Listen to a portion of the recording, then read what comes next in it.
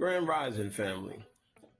I was reading the Old Testament and I was thinking to myself, why do a lot of people don't like reading the Old Testament? Why everybody always talking about the New Testament and never really get more involved with the Old Testament?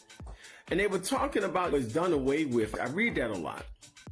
But as I was reading some of the Old Testament, I see a lot of the struggles that the people were going through.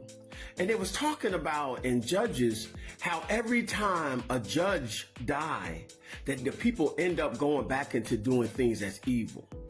Or they talk about in Jeremiah, how every time Jeremiah give a vision or a prophecy, that they always putting him in the miry clay or putting him somewhere in prison because of his prophecy.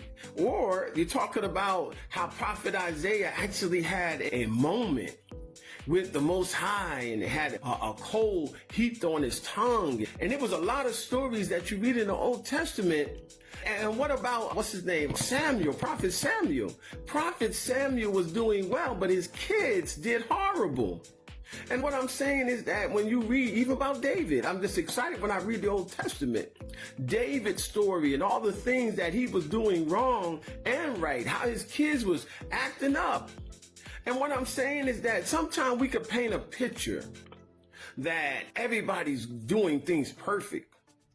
But when you read the Old Testament or the Old Covenant of the Bible, what you get is the real truth of what people go through that you and I deal with every day.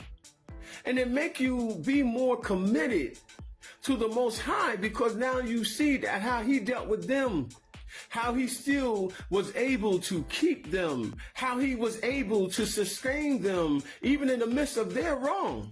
It gave you hope that you yourself who makes mistakes and you yourself that have faults, that you were actually able to get through it, because even though there was a time that you had consequences, he still come back and he still show love. He still show appreciation for you.